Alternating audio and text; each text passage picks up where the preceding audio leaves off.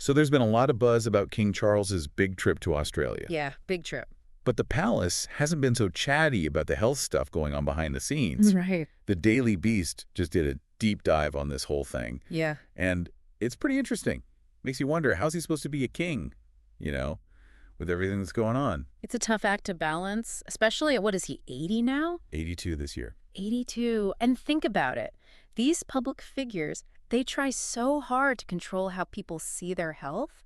Like, the palace waited months to say anything about the cancer. Oh, right. Back in February, wasn't it? They just sort of slipped it in there. Exactly. They've been super careful about every little detail. Holding their cards close to the vest, for sure. Absolutely. But this Australia thing, that's not exactly a walk in the park. No kidding. 30,000 miles. Okay. Multiple cities. Yeah, and Samoa on top of that for the Commonwealth meeting.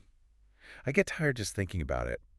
It's a lot for anyone, let alone someone dealing with cancer treatments on top of it. And that's where this whole thing gets really, head-scratchy. What's that? This detail about Charles, like, putting his treatment on hold for the entire trip. 11 days. Whoa, seriously? Yeah, pausing is what they called it. Now, I'm not a doctor, but come on. Makes you wonder if it's more serious than they're saying. Right, yeah, for sure.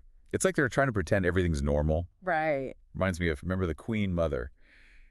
Always with the seen-to-be-believed motto. Oh, totally. Like, the show must go on no matter what. It's like Charles is taking that to heart, Even using those big fancy cars with the huge windows to go to his appointments. Like, look, everybody, I'm fine. You have to wonder, though, does that whole seen-to-be-believed thing still work these days? Right.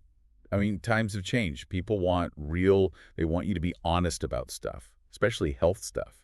It's a tough one. It's like, you've got this tradition of monarchs being all strong and steady, right? It hasn't really gone away, even if it's a different world now. But then you've got this whole other side where if you're not upfront about stuff, people see right through it. Yeah. And you have to wonder, could that backfire? Exactly. Especially with everything else going on. They also said he's not even going to New Zealand anymore. Oh, yeah. Scrap that part entirely. It makes you wonder what's really going on. It does make you think, especially now, with everyone wondering about his health and William stepping up more. It all ties together. You think it's a big deal, him canceling like that? Well, think about it. Did the Queen ever cancel anything because of her health? Especially later on. It makes people nervous, right? The monarchy has to find a balance. It's a tough spot to be in, for sure. Totally. So what do you make of this whole trip, then? Is it like a show of strength, Or is it maybe too much too soon? That's the million-dollar question, isn't it? It really is. I mean, the world's a different place. News travels so fast, everyone wants to know everything. And the palace is still over there, holding everything close. It's almost like a throwback. It's definitely a different approach, that's for sure. For sure. Makes you think, how much do we really know? And how much do we just accept? Because it's how it's always been done. That's something for everyone to think about, I think. In a world that seems to care so much about how things look, how much are we willing to buy into that?